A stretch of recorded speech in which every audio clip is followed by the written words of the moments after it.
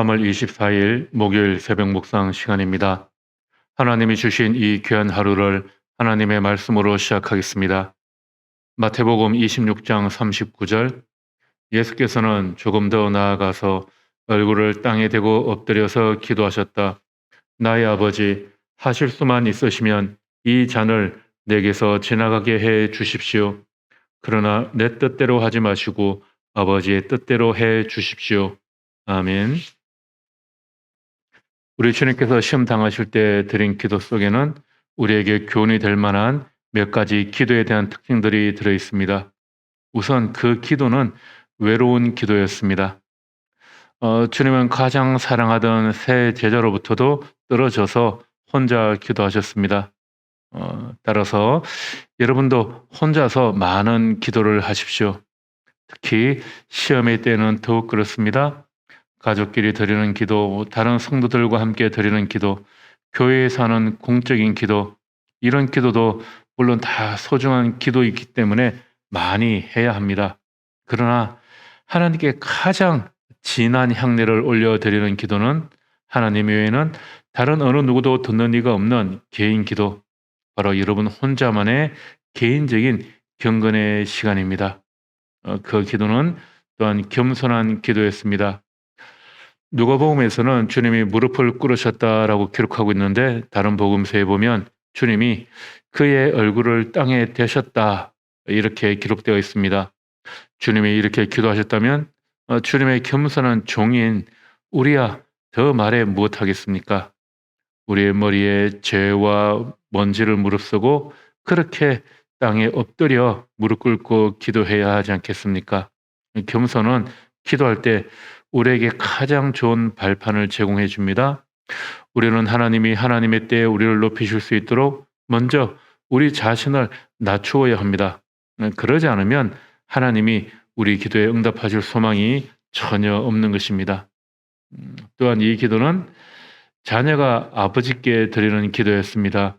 나의 아버지라고 주님께서는 하나님께 기도하십니다. 우리가 시험 당할 때 하나님의 양자라는 사실을 주장하는 것이 우리에게는 얼마나 강력한 무기가 되는지 모릅니다. 우리는 사실 하나님의 백성으로서는 아무런 권리가 없었습니다. 모두가 다 하나님을 떠난 자들이었습니다. 우리의 불충으로 말미암아 그 권리들을 모두 상실당했습니다. 그러나 이제 예수 그리스도의 그 십자가의 사랑으로 하나님께서 다시 우리를 주님의 양자로 삼아 주셨습니다.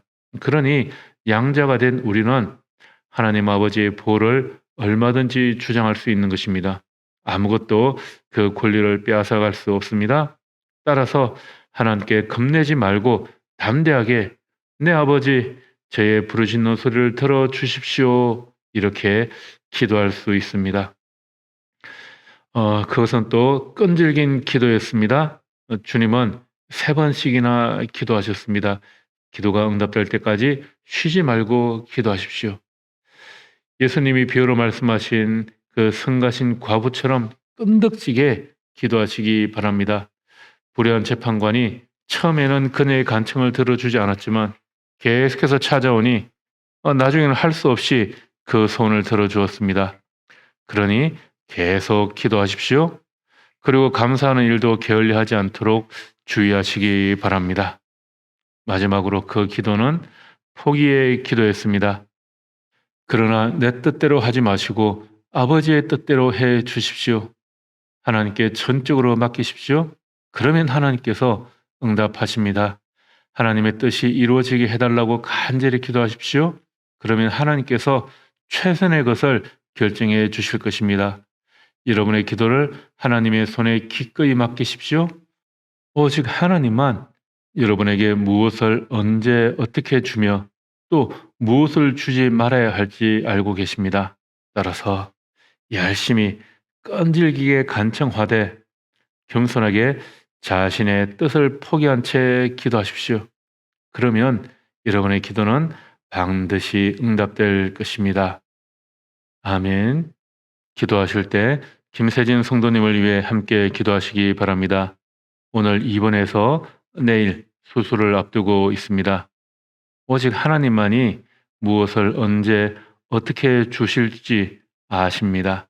우리가 그 주님을 신뢰하며 또 김세진 성도님의 이 고통을 통해서 그것을 회복시키는 것을 통하여서 우리가 하나님의 영광을 드러낼 수 있도록 우리 한 마음으로 기도할 수 있기를 원합니다.